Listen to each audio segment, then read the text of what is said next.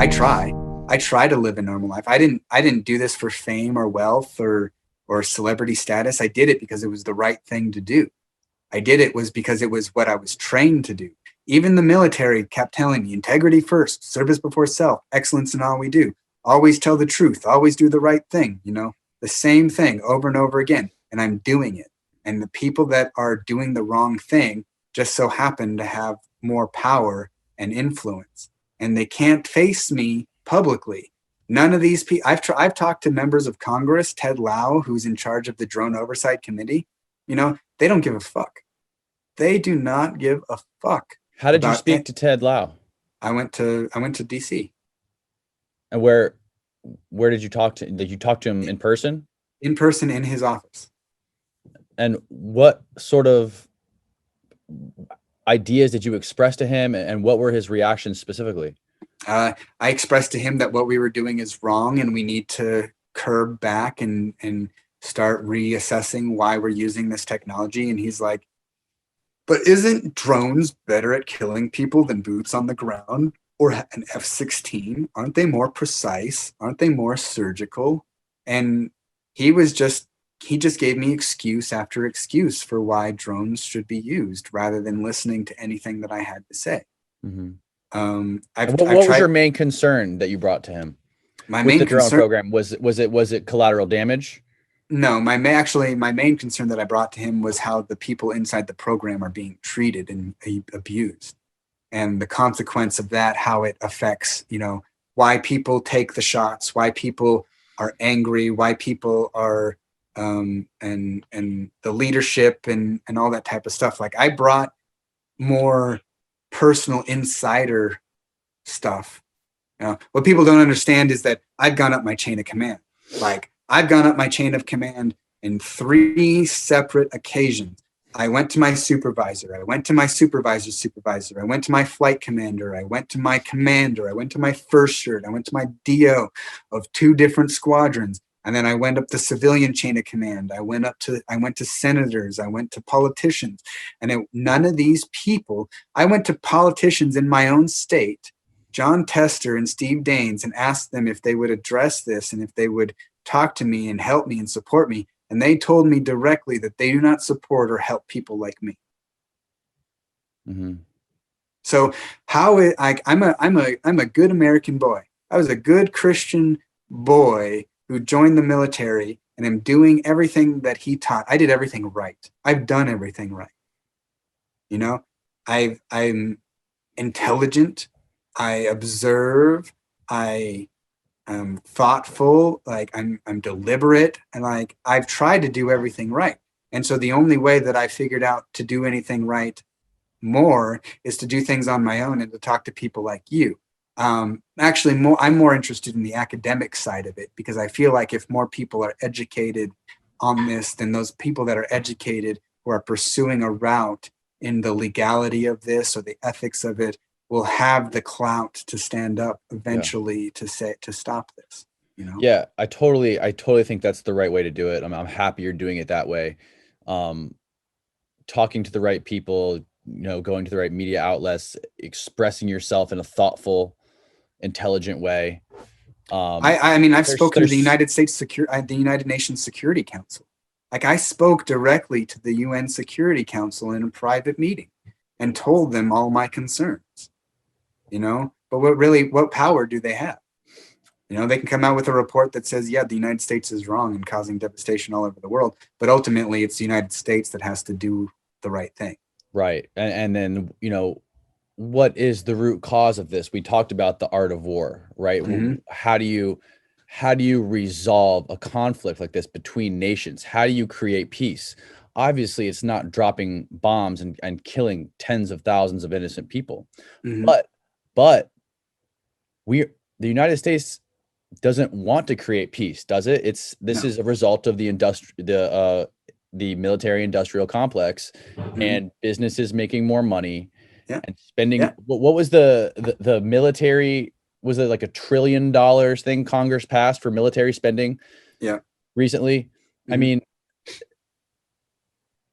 the core of the problem is Wall Street, the lobbyists, the military industrial complex, and I don't know what the answer to that is. The answer to that is to put them all in prison. Get Bernie Sanders in office. Yeah. Well, we need a second Nuremberg. Yeah. Actually, I think we need a second Nuremberg.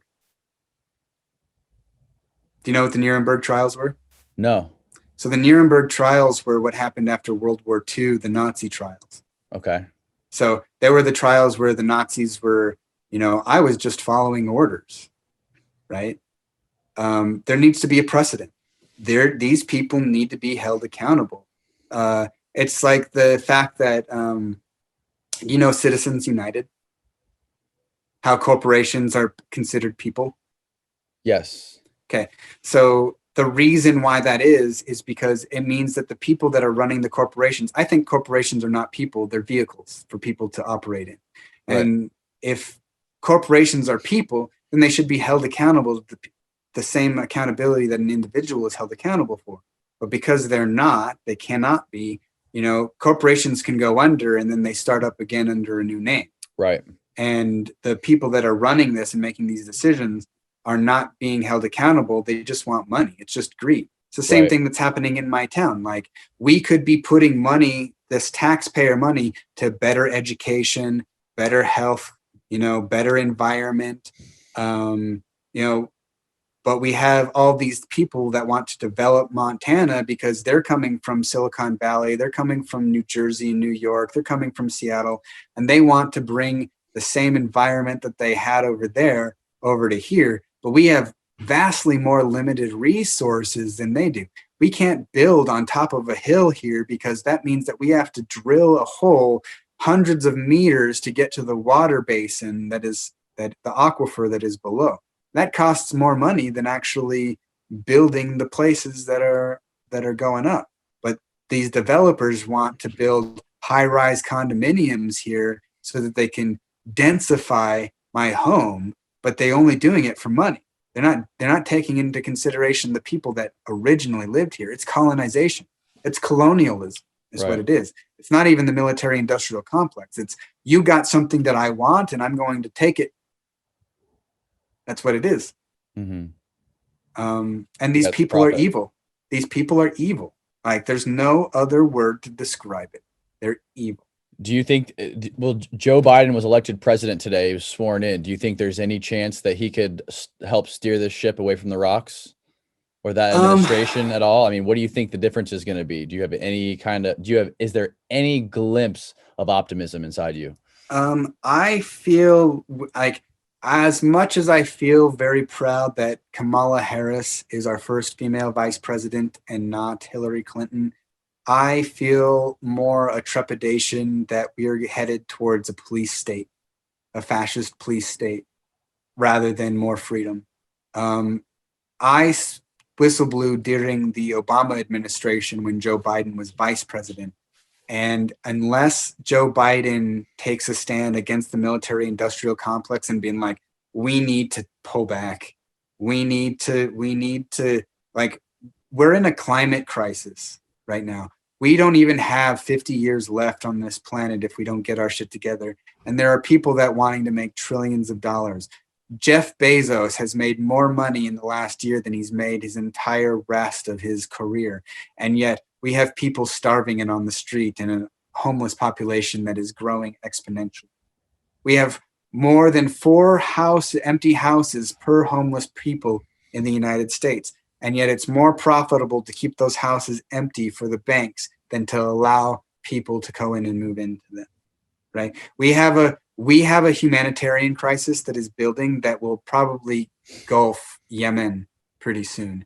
And Yemen and the stuff in the Middle East was just practice for these people to come back and do it over here. That's how I feel about it. No sort of optimism for the future. Well, if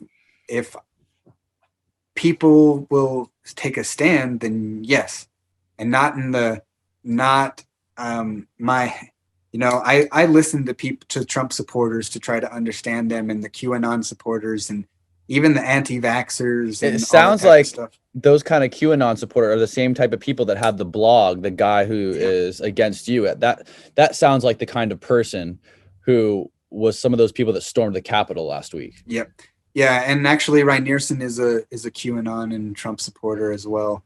Um, and even the people, so the people that got me to speak up against the city council, I find out later that they're Trump supporters and QAnon supporters as well, conspiracy theorists.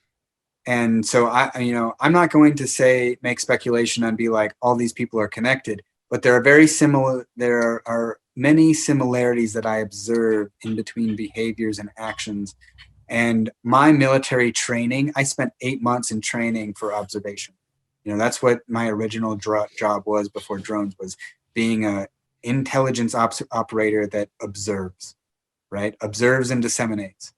And I feel like that was some of the best training that I could have ever gotten in my life. And on top of all the healing and self-work that I've done, it helps me, like, I can tell the similarities between the actions that are going on, and I can make those connections just like I had been in training. These guys aren't, when people act in secret, eventually these things will come out. Eventually people who act in secret and think they're going to get away, they're going to get lazy and something's going to happen that is going to expose it. But we see what's happening right now. Things are being exposed all the time. And so more misinformation is being thrown out there, and these people no longer care if they're being exposed because they can say something else and still get away with it, because no one has the power to actually stand up and do anything about it. Who's going to stand up to the military industrial complex? Are you?